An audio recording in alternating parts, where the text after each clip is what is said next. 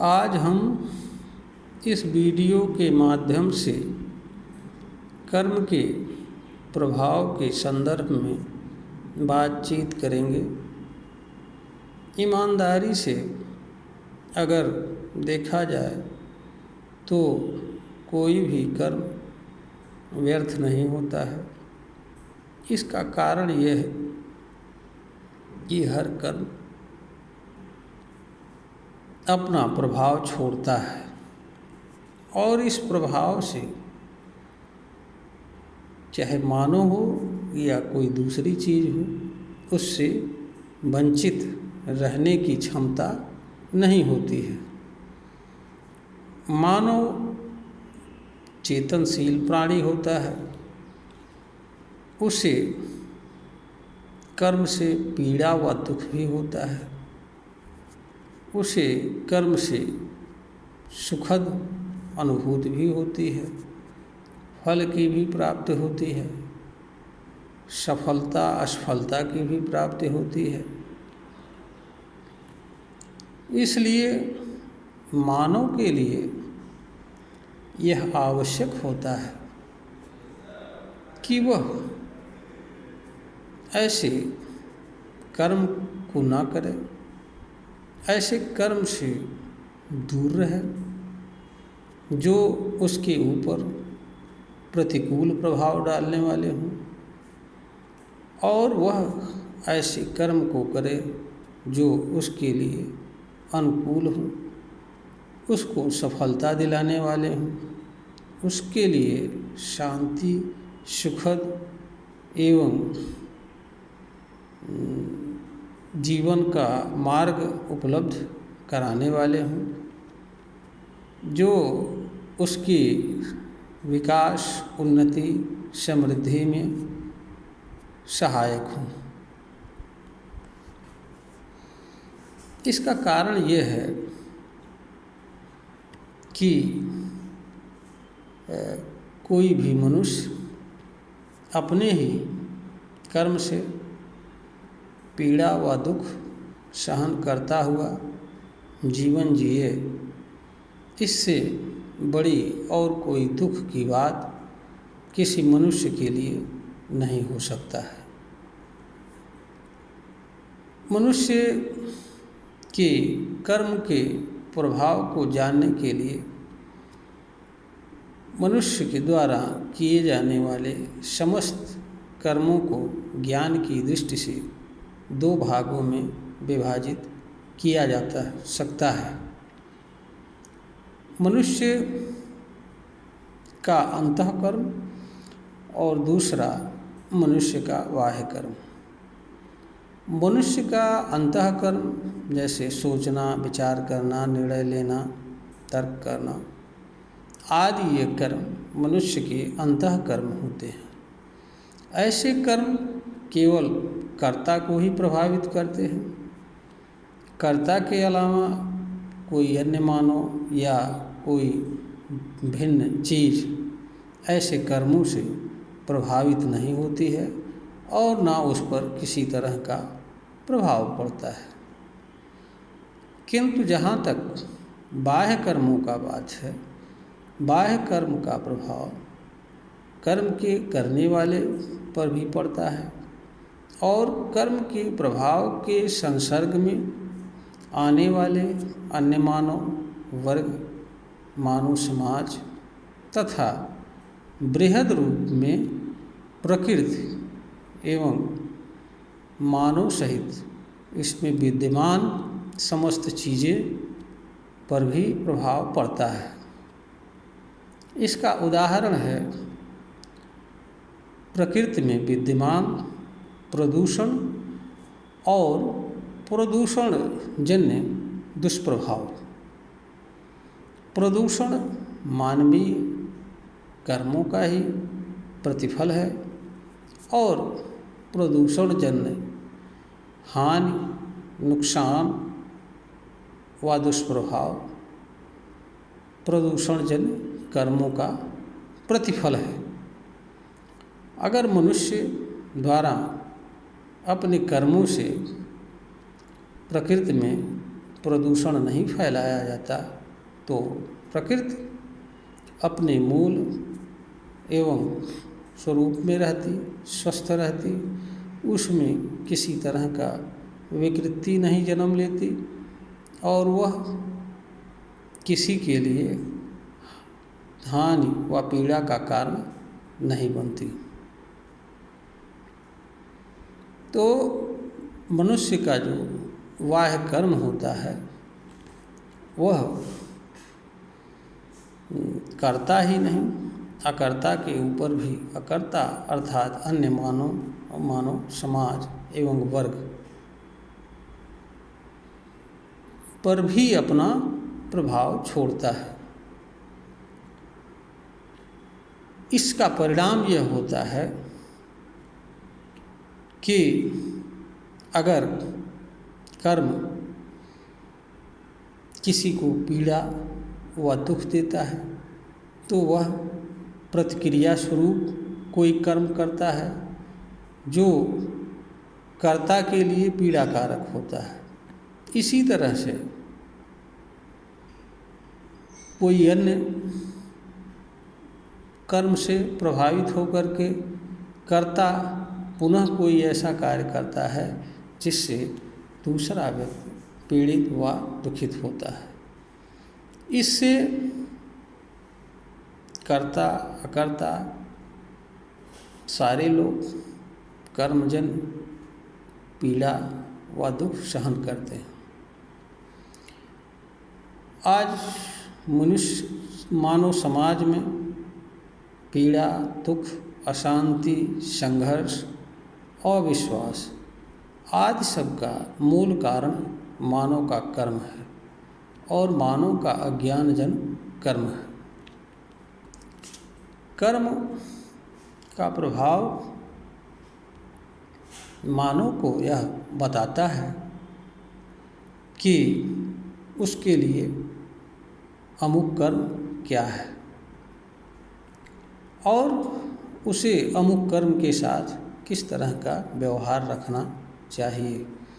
अमुक कर्म उसे करना चाहिए या नहीं करना चाहिए, या अमुक कर्म से के साथ जुड़ना चाहिए या नहीं जुड़ना चाहिए। यह लोगों में अत्यंत भ्रांति व ज्ञान बैठा हुआ है कि कर्मफल प्राप्त करने, सफलता प्राप्त करने, विकास करने, उन्नति करने के ही साधन होते हैं। कर्म पीड़ा व दुख के कारण भी होते हैं, अशांति के भी कारण होते हैं, असुरक्षा के भी कारण होते हैं, युद्ध एवं संघर्ष के भी कारण बनते हैं। कर्म इसलिए मानव के लिए यह आवश्यक होता है कि वह जो भी कर्म करता है उस कर्म का जो भी उसके ऊपर प्रभाव पड़ता है उसे सावधानीपूर्वक जानने व समझने का प्रयास करें। उसके माध्यम से कर्म के अन्य पहलुओं को भी जानने व समझने का प्रयास करें और यह भी जानें कि उस कर्म को उसे करना चाहिए या नहीं करना चाहिए। तभी वह कर्म को समझ सकता है। यहाँ पर एक स्मरणीय बात यह भी है कि कर्म को जानने का कोई साधन मनुष्य के पास दूसरा नहीं है। दूसरे साधन किताब या अन्य मानव हैं, वो केवल एक इन्फॉर्मेशन दे सकते हैं, लेकिन कर्म के जानकारी कराने में की क्षमता नहीं रख सकते हैं। वह केवल इतना मात्र ही बताते हैं कि किसी ने जो कुछ किया है तो उसका अनुभव उसमें वर्णन रहता है और उस अनुभव को आप तक पहुंचा देते हैं। कर्म का ज्ञान कर्म के करने पर संभव होता है या कर्म के हर पहलुओं पर ईमानदारी से, तर्कसंगत, विवेक संगत और समझदारी से सावधानीपूर्वक विचार करने समझने पर संभव होता है। बिना कर्म किए, बिना कर्म पर विचार किए कर्म का ज्ञान संभव नहीं होता है। मात्र कर्म करने से भी मनुष्य को कर्म का ज्ञान नहीं होता है, क्योंकि ज्ञान मनुष्य को उन्हीं चीज़ों का होता है जिन चीज़ों से वह जुड़ता है। मनुष्य कर्म से सीधे तौर पर नहीं जुड़ता है, वह किसी कारणवश, प्रयोजनवश, फल के निमित्त जुड़ता है और उस कारण की पूर्ति, उद्देश्य की पूर्ति या फल प्राप्ति के निमित्त कर्म करता रहता है। उससे कर्म के प्रभाव, दुष्प्रभाव, पीड़ा व दुख से भी कुछ भी लेना देना नहीं रहता है। भले ही उसे कर्म की पीड़ा महसूस हो, कर्म का दुख महसूस हो, लेकिन उसके लिए प्राथमिकता कर्म का फल रहता है, क्योंकि वह यह मानकर बैठा रहता है कि कर्म फल के बिना वह असफल हो जाएगा और असफलता उसके लिए दुख का कारण बन जाएगी। जबकि उससे ज़्यादा कर्मफल और सफलता मिलने से जो उसे सुख मिलने वाला है, उसका कई गुना दुख वह अपने कर्म से ही भोगता हुआ कर्म कर रहा है। तो जिस सफलता को पाने से या कर्मफल को पाने से मनुष्य को पीड़ा व दुख सहन करता हुआ कर्म करना पड़े और उसका शरीर नष्ट हो जाए, उसके अंग नष्ट हो जाए, उनमें विकृति आ जाए, ऐसा कर्मफल और ऐसी सफलता मानव के लिए किसी भी दृष्टिकोण से उचित व कल्याणकारी नहीं हो सकती है। और ऐसी सफलता प्राप्त करना किसी भी समझदार मनुष्य के लिए उचित नहीं हो सकता है। किसी भी मनुष्य के लिए यह भी उचित नहीं हो सकता है कि वह अपने ही कर्म से पीड़ा व दुख सहन करते हुए किसी कर्मफल को प्राप्त करने के लिए कर्म करे, किसी तरह की सफलता को प्राप्त करने के लिए कर्म करे, क्योंकि इसका कारण यह है कि पीड़ा व दुख को सहन करते हुए लंबे समय तक कोई कर्म नहीं किया जा सकता है।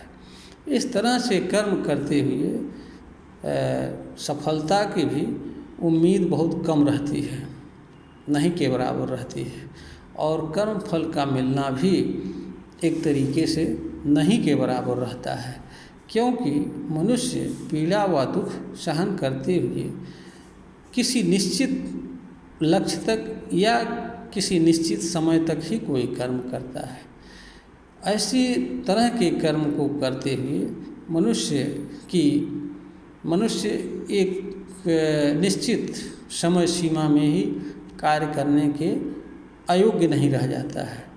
कर्म करने की उसकी क्षमता खत्म हो जाती है, और कर्म करने की क्षमता खत्म होने के उपरांत कर्म फल और सफलता मिलने की क्या दशा होगी, इसे हर कोई समझ सकता है। इसलिए इस वीडियो के माध्यम से हम बताना चाहते हैं कि कर्म कोई भी हो वह व्यर्थ नहीं होता है। कर्म का एक पक्ष मनुष्य को कर्म का ज्ञान देना भी होता है, स्वयं का परिचय कराना भी होता है, ताकि मनुष्य यह जान व समझ सके कि कोई कर्म उसके लिए क्या मायने रखता है, क्या अर्थ है, किस कर्म को उसे करना चाहिए, किस कर्म को नहीं करना चाहिए। किंतु दुर्भाग्य है, लोग कर्मफल की कामना मात्र से काम करते हैं और कर्मफल के पीछे भागते और उस निमित्त कर्म करते हुए अपने जीवन को, अपने शरीर को, अपने बुद्धि को, अपने विवेक को, अपनी आत्मा को, अपनी समझ को नष्ट कर डालते हैं। और ऐसा करते हुए अल्पकाल में ही उनका शरीर इस लायक भी नहीं रहता है कि वो कोई कर्म ठीक तरीके से कर पावें। स्थिति यह होती है कि फिर वह डॉक्टर के पीछे आगे पीछे दौड़ने और इलाज कराने और यह मनाने कि अब बहुत हो गया, जीवन तो व्यर्थ है और मृत्यु आ जाए और जीवन लीला खत्म हो जाए, इसकी कामना करते हुए जीवन जीते हैं। इसलिए कर्म सोच समझ करके, विचार करके, सावधानी पूर्वक, सतर्कता पूर्वक और जो कर्म किया जा सकता हो और जो संभव हो वही कर्म करना चाहिए। यही मनुष्य की समझदारी है, बुद्धिमत्ता है। इस वीडियो के माध्यम से हम यही संदेश देना चाहते हैं। यह वीडियो अगर पसंद आवे तो इसे लाइक करें, शेयर करें, सब्सक्राइब करें।